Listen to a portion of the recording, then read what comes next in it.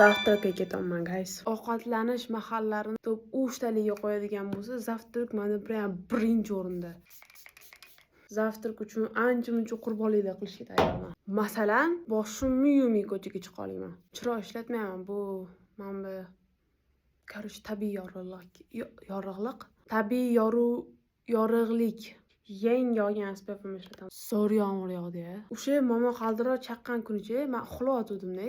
No'ldir. Endi momo qaldiroq chaqqanida uxlayotgan joyimdan sakrab turib, oyim tevalarga turib olganman deb baqirib turib. Kloskam juda ham takoy paxmoq bo'lib chiqdi. Kiymoqchi bo'lgan kiyimlarimni introduction qilmoqchiman. Bizda mana bunaqangi ochiq ko'k rangdagi futbolka o'tida somebody deb yozib qo'ygan. Men o'yladim bunaqangi och rangga qora ham tushadi, seri ham tushadi, lekin eng zo'ri jigarrang rang shim deb o'yladim.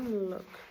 Mashin bilan zo'r kombination qiladi deb o'yladim. So, undan oldin kiprigimni qayiramiz.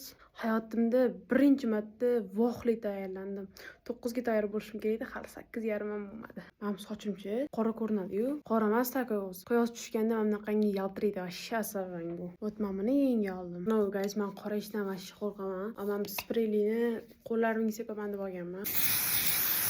Of course, ishlamaydigan soatimizda bizga kerak bo'ladi. Если что, mamma sumkani tutaman. Eng yomon ko'rgan sumkam mana shu. So, this is my final look, guys. That's it.